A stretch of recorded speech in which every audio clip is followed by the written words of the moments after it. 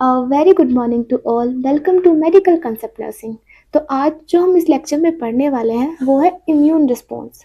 पहले के लेक्चर में हमने इम्यूनिटी और उसके कंपोनेंट्स के बारे में पढ़ लिया। अब जो ये इम्यूनोलॉजी की हम सीरीज पढ़ रहे हैं, माइक्रोबायोलॉजी की, इसमें जो हम तीसरा लेक्चर पढ़ रहे हैं वो इम्यून रिस्पॉन्स के बारे में पढ़ रहे हैं। इम्यून रिस्पॉन्स नाम से ही पता चल रहा है कि हमारी इम्यूनिटी कैसे एक्ट कर रही है। डेफिनेशन देखते हैं। A way body defend itself against harmful thing, कि हमारी बॉडी हार्मफुल थिंग से अपने आप को कैसे डिफेंड कर रही है। जैसे कि हार्मफुल थिंग, बैक्टीरिया, वायरस, इन सबसे हमारी बॉडी अपने आप को कैसे बचा रही है।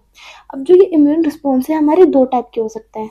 एक होता है ह्यूमरल मीडिएटेड इम्यूनिटी, दूसरा है एंटीबॉडी मीडिएटेड इम्यूनिटी AMI। इसी को हम ह्यूमरल मीडिएटेड इम्यून रिस्पॉन्स भी बोलते हैं, ठीक है।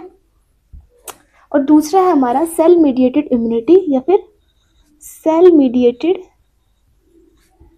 Immune response. अब पढ़ते हैं सबसे पहले ह्यूमरल मीडिएटेड इम्यून रिस्पॉन्स। ये जो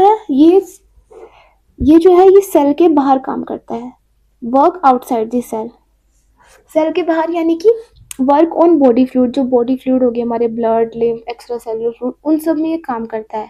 और इसका जो मेन फंक्शन होता है, मतलब ये काम मेनली कर कैसे रहा है, ये क्या करता है, सिक्रीट करता है एंटीबॉडीज को। इसमें ये मेन चीज़ याद रखना है कि ये एंटीबॉडीज सिक्रीट होती है इसमें, और वो जाके इन्फेक्शन साइट पर एक्ट करती है। तो याद रखना, जो मेन सेल होती है वो प्लाज्मा सेल होती है इसमें। प्लाज्मा सेल, अब हमने पिछले लेक्चर में बी सेल पढ़ी थी।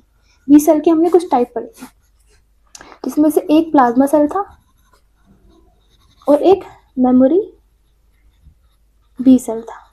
जो प्लाज्मा सेल था इसी की यहाँ पर बात हो रही है। प्लाज्मा सेल क्या करता था, एंटीबॉडीज प्रोड्यूस करता है, ठीक है। और एंटीबॉडीज क्या करती है, वो बाइंड कर जाती है बैक्टीरिया और टॉक्सिन पे और उन्हें न्यूट्रलाइज कर देती है, ठीक है। और mark them destruction for other immune cell, तो उनको मार्क कर देती है कि जो अदर इम्यून सेल है उनको इसको डिस्ट्रक्ट करना है, ठीक है। ये था हमारा सिंपल सा ह्यूमरल मीडिएटेड इम्यून रिस्पॉन्स। अब हम पढ़ते हैं सेल मीडिएटेड इम्यून रिस्पॉन्स के बारे में, ठीक है। जो सेल मीडिएटेड है ये इसके अपोजिट है। ये सेल के बाहर काम करता था, आउटसाइड सेल, और जो CMI है ये सेल के अंदर काम करता है, ठीक है। इसमें क्या था, मेनली एंटीबॉडीज इन्वॉल्व हो रही थी, वो रिलीज हो रही थी। इसमें कोई एंटीबॉडीज का इन्वॉल्वमेंट नहीं होता है। इसमें जो मेन सेल होती है वो होती है हमारी टी सेल। अब पिछले लेक्चर में हमने टी सेल के बारे में पढ़ा था। टी सेल के हमने 4 टाइप पढ़े थे। एक था टी हेल्पर सेल, एक था टी साइटोटॉक्सिक सेल, एक था टी मेमोरी सेल और एक था टी रेगुलेटरी सेल। तो ये जो 2 सेल हैं ये मेनली इन्वॉल्व होंगी इस CMI में।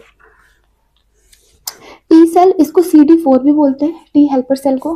और C cell, T cytotoxic cell, cytotoxic CD8 भी बोलते हैं। तो CD4 क्या करती है, एक्टिवेट करती है अदर इम्यून सेल को, ठीक है। दूसरी जो इम्यून सेल होगी उनको हेल्प करती है एक्टिवेट होने में, एज उसका नाम ही TH है, यानी कि टी हेल्पर सेल। सी साइटोटॉक्सिक सेल है, वो डायरेक्टली किल करती है इन्फेक्टेड सेल को। अब इसमें ये नहीं है कि यही नहीं है कि सिर्फ ये 2 सेल ही वर्क करती हैं। जो इनेट इम्यूनिटी की अदर सेल है, जैसे कि NK सेल, मैक्रोफेजेस सेल, जिनके बारे में हम पिछले लेक्चर में पढ़ चुके हैं, ये भी आके वर्क करती है। तो ये था हमारा सिंपल सा इम्यून रिस्पॉन्स। आई होप आपको ये लेक्चर पसंद आया होगा। If you like this video then please subscribe this channel. Thank you.